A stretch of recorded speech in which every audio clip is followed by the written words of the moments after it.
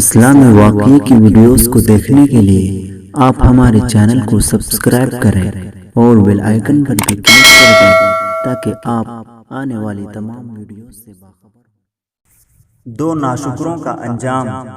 بنی اسرائیل کے 3 آدمی تھے، ان میں سے ایک آدمی برس کا مریض تھا۔ اس کے پاس ایک آدمی نے آ کر کہا، کیا آپ کی کوئی پریشانی ہے؟ اس نے کہا، میں کون سی پریشانی آپ کو بتاؤں؟ ایک تو میں برس کا مریض ہوں، جس کی وجہ سے لوگ میری شکل دیکھنا بھی پسند نہیں کرتے، دوسرا رزق کی بڑی تنگی ہے۔ اس آدمی نے کہا، اچھا، اللہ تعالیٰ آپ کی بیماری بھی دور کر دے اور آپ کے رزق میں برکت بھی عطا فرما دے۔ نتیجہ یہ نکلا کہ اللہ تعالیٰ نے اس کی بیماری بھی دور کر دی اور اللہ تعالیٰ نے اسے ایک اونٹنی عطا فرمائی۔ اس اونٹنی کی نسل اتنی بڑھی کہ وہ ہزاروں اونٹوں اور اونٹنیوں کے ریوڑ کا مالک بن گیا، جس کی وجہ سے وہ بڑا آدمی بن گیا اور رہائش کے لیے محلات بنا لیے۔ دوسرا آدمی گنجا تھا۔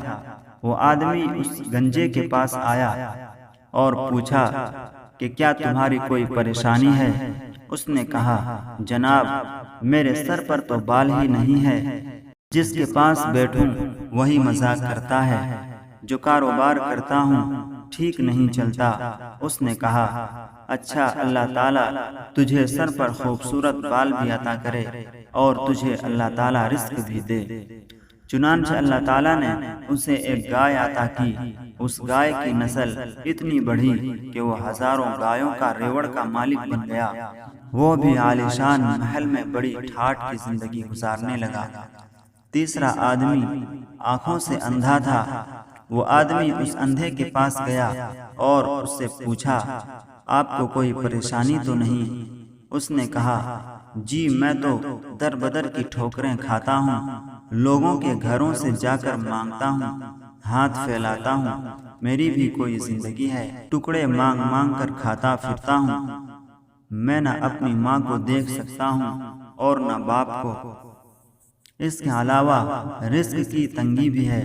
اس آدمی نے اس کی بینائی کے لیے اور رزق کی فراخی کے لیے دعا کر دی۔ اللہ تعالیٰ نے اسے بینائی بھی دے دی اور اس کو ایک بکری دی۔ اس بکری کا ریوڑ اتنا بڑھا کہ وہ ہزاروں بکریوں کا مالک بن گیا۔ اس طرح وہ بھی عالیشان محل میں عزت کی زندگی گزارنے لگ گیا۔ کئی سالوں کے بعد وہ تینوں اپنے وقت کے سیٹھ کہلانے لگے۔ کافی عرصے گزرنے کے بعد وہی آدمی پہلے کے پاس آیا۔ اس نے اس سے کہا کہ میں محتاج ہوں، اللہ کے نام پر مانگنے کے لیے آیا ہوں۔ اسی اللہ نے آپ کو سب کچھ دیا ہے، آپ کے پاس تو کچھ بھی نہیں تھا، آج اتنا کچھ آپ کے پاس ہے، آپ اس میں سے اسی اللہ کے نام پر مجھے بھی کچھ دے دیں۔ جب اس نے سنا کہ تمہارے پاس کچھ بھی نہیں تھا تو اس کا پارا چڑھ گیا اور کہنے لگا، ذلیل قسم کے لوگ مانگنے کے لیے آ جاتے ہیں، خبردار ایسی بات آئندہ نہ کرنا۔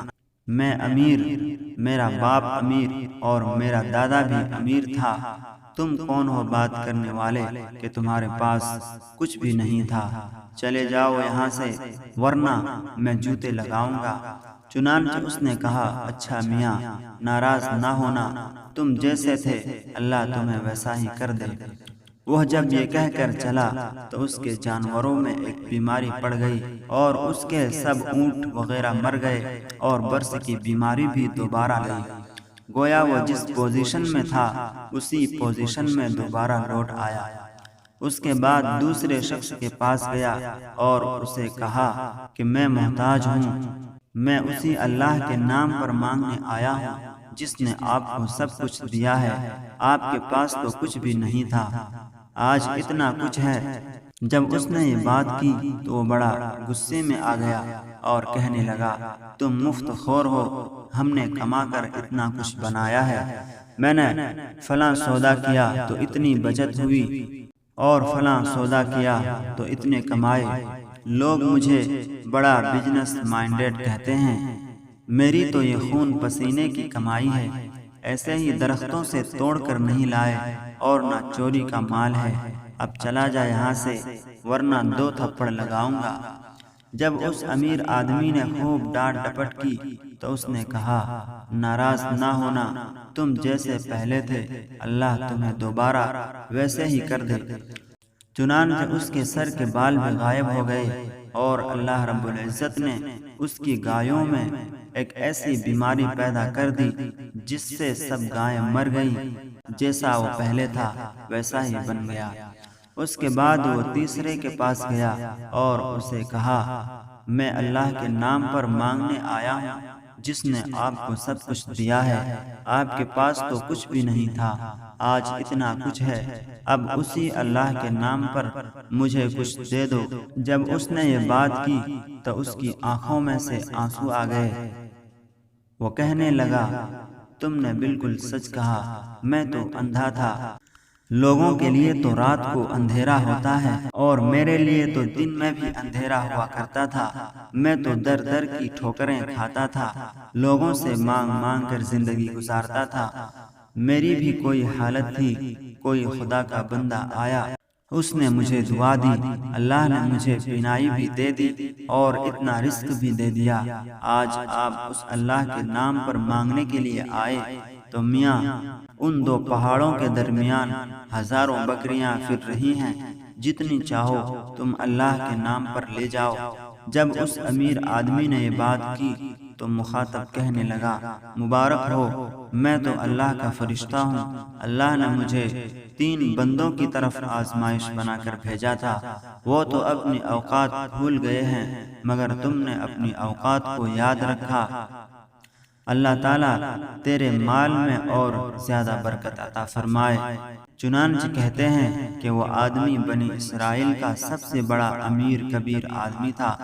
ثابت ہوا کہ بندہ اگر اپنی اوقات اور بنیاد کو یاد رکھے تو اللہ تعالیٰ برکت دیتے ہیں۔